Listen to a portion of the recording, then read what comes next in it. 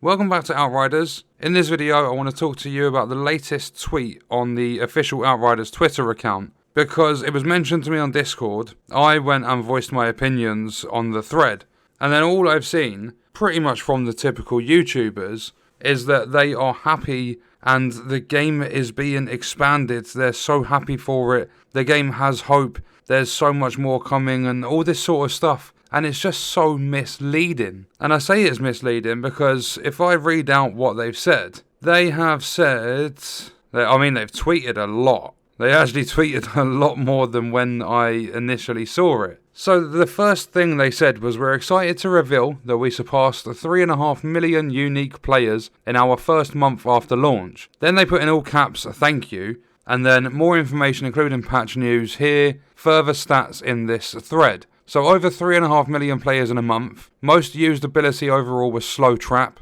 1.6 quadrillion total damage, and then they've actually started posting more, or they did carry on posting, 9.2 billion baby profiterole kills, 20 billion total kills, most popular legendary weapons, Funeral Pyre and Death Shield, so if they carry on with their nerfs, those weapons are going to be nerfed. 1.9 trillion scrap collected, 457 billion titanium pieces collected, most hours invested by one player, 797. So if you've spoken to anyone that said they've put over 800 hours into this game, you know they're lying, because the developer's official data states that no one's actually reached 800 hours yet. But then they've put another thing that says, thank you to all players on all platforms. We are continuing to listen carefully and want to assure you all that we are committed to improving and enhancing your experience throughout the coming weeks and months. We're also looking forward to expanding Outriders in the future. When they first launched this game, they spoke about DLC. If there's a good initial launch reception, they will be happy to add DLC. I'm all for extra content in games. There's a lot of games I don't play because there's literally nothing for me personally to do. But in terms of them saying that they're looking forward to expanding the game in the future, what is there currently in this game to do after you have spent your £60 on this title? You have the story, which is in most parts just bland and boring. Then after you've done that, you've got side quests and stuff, like basically the first portion of the game. Then you go to the endgame, and they stated that each of the areas are unique. Some might seem a little bit similar to the story, but they all have their own personal layouts. That's like pretty much true. But the problem with that is, that's literally the art design for the endgame expeditions. They have exactly the same enemies. There are like 3 different, basically enemy factions in the entire game. They have literally taken story bosses and put them into their endgame. You have Yagak, the final story boss, as the final expedition boss. There are literally, off the top of my head, like 2 unique bosses in all 15 expeditions. They claimed this game took 5 years to create, or over 5 years. It was delayed 3 times, had an online demo, now it got released, and it costs players £60 if they don't have Xbox Game Pass. There has been issue after issue in this game. When it comes to nerfing and fixing things that benefit the player in a positive way, they are pretty much instantly on that stuff. It is like guaranteed to be in the next patch. Whereas when it's a problem that negatively impacts the players, they always take their sweet time. For an example, the inventory wipes. That restoration took about a month for them to actually release it, and what did it do?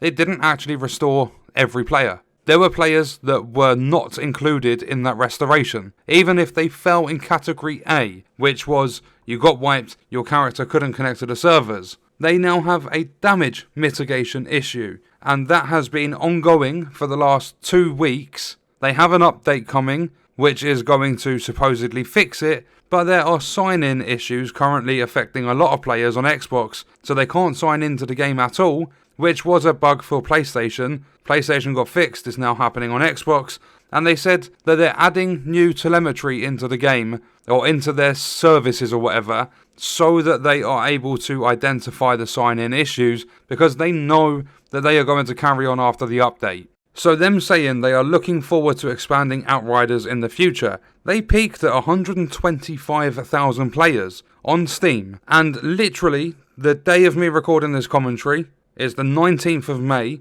they hit their all-time low of just under 3,000 concurrent players. The game is dropping off more and more. This expansion, or this basically whatever they are doing, DLC expansion, whatever they want to call it, this that they are doing to the game is probably going to cost. There are too many issues in this game right now to even think of DLC, let alone tell people they are looking forward to expanding on the game in the future. They don't listen carefully to the feedback for the game. They never have done, they never will.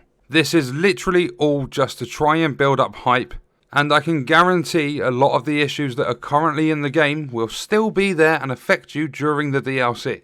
I don't know for certain, but I'm going to guess that in June when we get E3, they are going to showcase at least a sneak peek of what this DLC is going to be. If it took them over 5 years to create what they have with this game, there is no way that this DLC is going to be any good at all. What they have put out in terms of quality for the game in general as a whole, what they have put out is nowhere near 5 years worth of game development. You literally have weapons and pieces of gear in this game that have exactly the same mods as other pieces. You have purple weapons that will perform better than legendaries. These developers themselves stated that they know that players don't have 300 hours to grind for the same piece of gear. That is the exact system they have in this game. When this DLC comes out, or whatever they are doing with this game, expanding on it in the future, so the expansion that they are going to release is probably going to be, let's say, 5 expeditions, the same enemies we've been killing already, some of the same bosses, they might even bring extra bosses from the story into it, just change the variation. And you're probably going to get, I don't know, a new gear set for each of the character classes, and might even bring in a new character class. And then there'll probably be a few different legendary weapons, and that's pretty much going to be all that we get. If, however, they make a worthwhile DLC, for whatever reason, they make something really good, why is it that their finished product that they released for £60, why was that so lackluster when they're going to put resources, time and actual effort into creating a creative, good DLC? There's a little thing called first impressions, and you need to set a good first impression. Otherwise, you're never really going to be able to build up a relationship or anything. Because you look at my YouTube channel, some people come here and the very first video they see is me kicking off, they disagree, they'll probably never come back. Whereas if they come to my video, they see it and they go, this guy makes a good point. They might sub, they might check out my next video. With Outriders, the developers People Can Fly made Bulletstorm, which was from what I've heard pretty good.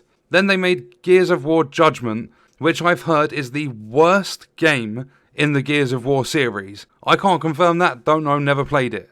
But I've heard it really was not a good installment for the Gears franchise. Then they've made Outriders. They've taken their time with it, they delayed it, they had all this marketing strategy to say that it was a fully released, fully polished product. And it released in a worse state than a lot of games I've seen over the last few years. So their reputation has been destroyed. This game is already, after 7 weeks on its last legs, they've now spoken about expanding on the game, and they have 2 new games coming up within the next 3 years. If they have truly had 3.5 million unique players in the first month, their next game will more than likely not perform anywhere near as good. Because most of what has come out of their mouths has just been a straight up lie. Like crossplay coming out of beta when the game launched, it's still in beta. Like them looking into quality of life improvements, like having loadouts, being able to lock your most favourite gear so you don't accidentally get rid of it. None of that has come into the game. And people can say it's not been out long, give them time. This was stated to be a fully released product. This stuff should have been in there from the get-go. They had 5 years. So if people saying, yeah, this stuff takes time, so what? This stuff should have been ready to put into the game, if not already in the game. If they were wanting to test the waters and stuff, they shouldn't have just done an online demo and jumped into the launch. If they had these features and they wanted to make this game better, they should have done it before they started charging people to play the game. People say to give them time because it's not been out for long. yet they are happy to come straight in and take your money before any time has passed. So your money goes instantly, yet we have to sit around and wait for them. That is not how video games should work. This is not a live service game.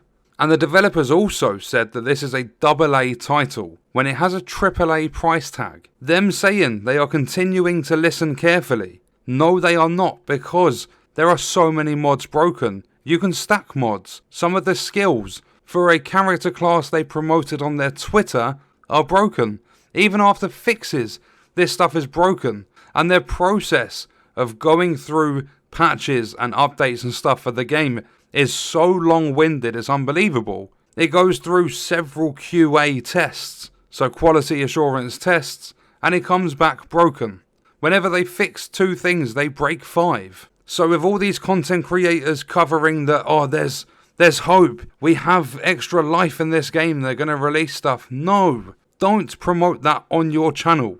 These developers, before they release this, need to put out patches. This DLC, I'm hoping, because they haven't said it's coming soon, but I'm really hoping we don't see anything for a DLC at E3. I'm hoping this DLC doesn't release until next year. Give the developers enough time to work on fixing this game. Get it into a good state, where the matchmaking works, where there's nowhere near as many disconnections, where players aren't being kicked out of expeditions at the end before they grab their loot, where devastators aren't being kicked out of expeditions for playing as that character class. Get all these major issues, damage mitigation, everything, get it all fixed, then have a look at DLC. There is no way they should have done any development on DLC at this stage. They probably have, I don't know, it might be very close to essentially going gold, it might be nearly ready. But in my opinion, they shouldn't even be thinking about expanding this game until most of the major issues are fixed. Because if the code is already broken and they release DLC, more is going to break, is going to make their job even harder, and a lot of stuff will never be fixed. They need to fix the issues they have in the game currently, and then see how it goes with DLC. They need to start actually showing that they appreciate their players. I'm not talking about an appreciation package. I mean doing stuff to get some of the player base back. This game is fun, and it would be an amazing game if they just cared that little bit more. Tell players, we are not just focusing on damage mitigation, that's our priority. We are also focusing on fixing your mods that are broken. We are also working on fixing our servers. We have put in a request to Square Enix to upgrade some of the servers. We are working on this stuff to make this game better. That stuff you never ever hear, that's all the community want to hear. I guarantee if they come out with a tweet that said, this is what we are currently working on, and it had a good, big sort of list of stuff that they have acknowledged and that they are working to fix, I guarantee there would be an increase in the player base for Steam. You look at the Steam charts, if they ever said that, there would be an increase of players because there would be real hope and not fake, hyped up hope for DLC, which will be even more broken than the base game. But what we're going to do is leave the video there. Let me know your thoughts and stuff about it in the comments, and I will see you in the next one. I hope you guys enjoyed it.